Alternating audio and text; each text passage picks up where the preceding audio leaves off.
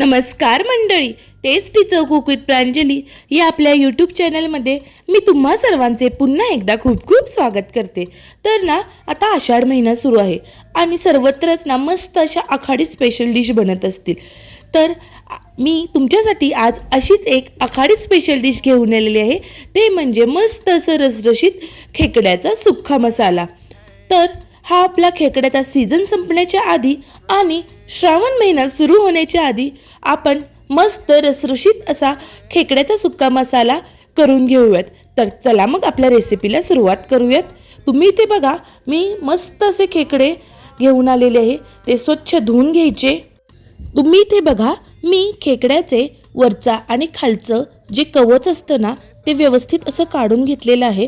खेकडा व्यवस्थित साफ करून घेतलेला आहे आणि त्याचसोबत त्याचे असे मधून दोन भाग करून घेतलेले आहेत आणि 3 ते 4 वेळा आपण याला स्वच्छ पाण्याने धुवून घ्यायचं आहे, म्हणजे त्यातील जी माती असते किंवा बारीक खडे असतात ना ते निघून जातात। आणि त्यानंतर हळद आणि मीठ घालून त्याला व्यवस्थित चोळून घ्यायचं आणि पुन्हा एकदा त्याला स्वच्छ पाण्याने धुवून घ्यायचं आहे। आता तुम्ही इथे बघा, आपले खेकडे व्यवस्थित असे मी स्वच्छ करून म्हणजे साफ करून घेतलेले आहेत। आता आपण ना हे वाफायला ठेवूयात, म्हणजे कसं आपण मटण किंवा चिकन जसं वाफत ठेवतो, म्हणजेच आपण त्याचा आळणी तयार करतो, त्याचप्रमाणे हे खेकडे आपण हळद आणि मीठ घालून त्यामध्ये थोडंसं पाणी घालून ते आपण वाफवायला ठेवूयात आणि तोपर्यंत आपण इथे त्याचा जो मसाला लागणार असतो तो तयार करून घेऊयात। खेकडा मसाला बनवण्यासाठी मी इथे पसरट अशी एक कढई घेतलेली आहे। खेकडा मसाला बनवण्यासाठी शक्यतो पसरट आणि मोठ्या कढईचाच वापर करा, म्हणजे काय होतं ना, खेकडा आपला व्यवस्थित शिजला जातो। तर इथे मी कढईमध्ये थोडंसं तेल टाकून घेतलेलं आहे। त्याचसोबत मी इथे 1 चमचा म्हणजे एक छोटा चमचा एवढी मोहरी टाकून घेत आहे आणि तुम्ही इथे बघा, मोहरी तडतडल्यानंतर मी सुरुवातीला अगदी थोडासा कांदा टाकलेला आहे। तो कांदा एकदम लालसर होईपर्यंत आपल्याला फ्राय करून घ्यायचा आहे। आता आपला हा कांदा एकदम लालसर होईपर्यंत फ्राय झालेला आहे। त्यामध्ये मी इथे 2 मोठे कांदे असे क्यूब आकारामध्ये म्हणजे चौकोनी आकारामध्ये कापून घेतलेले होते, ते टाकलेले आहेत। आता तो कांदा मस्त असा लालसर फ्राय झाल्यानंतर त्यामध्ये आपण हिरवी मिरची आणि आपली आले लसूण पेस्ट आहे ती टाकून घेऊयात।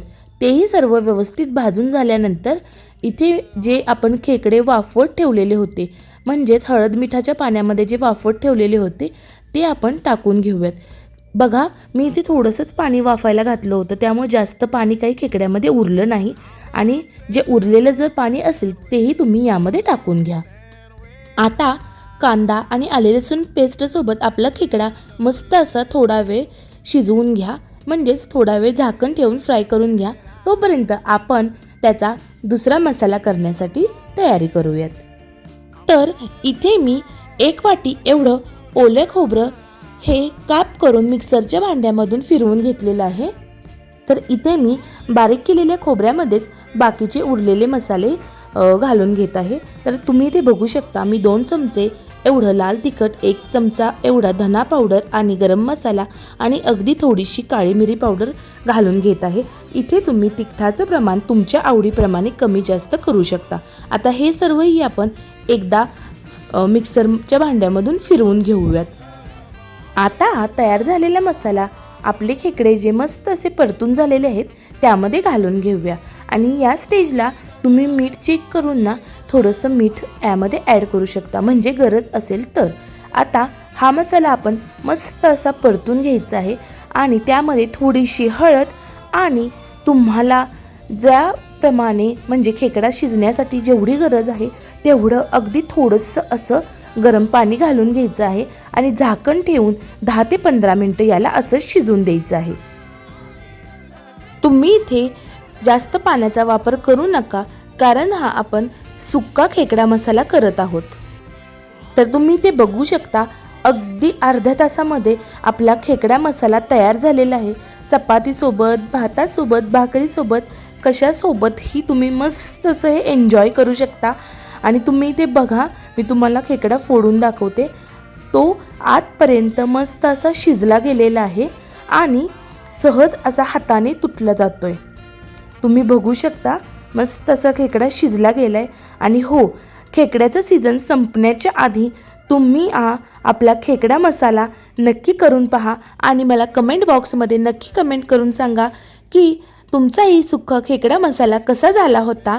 आणि अशाच नवनवीन रेसिपी पाहण्यासाठी आपल्या चॅनलला लाईक, शेअर, सबस्क्राईब करायला विसरू नका। Okay, bye. Thanks for watching.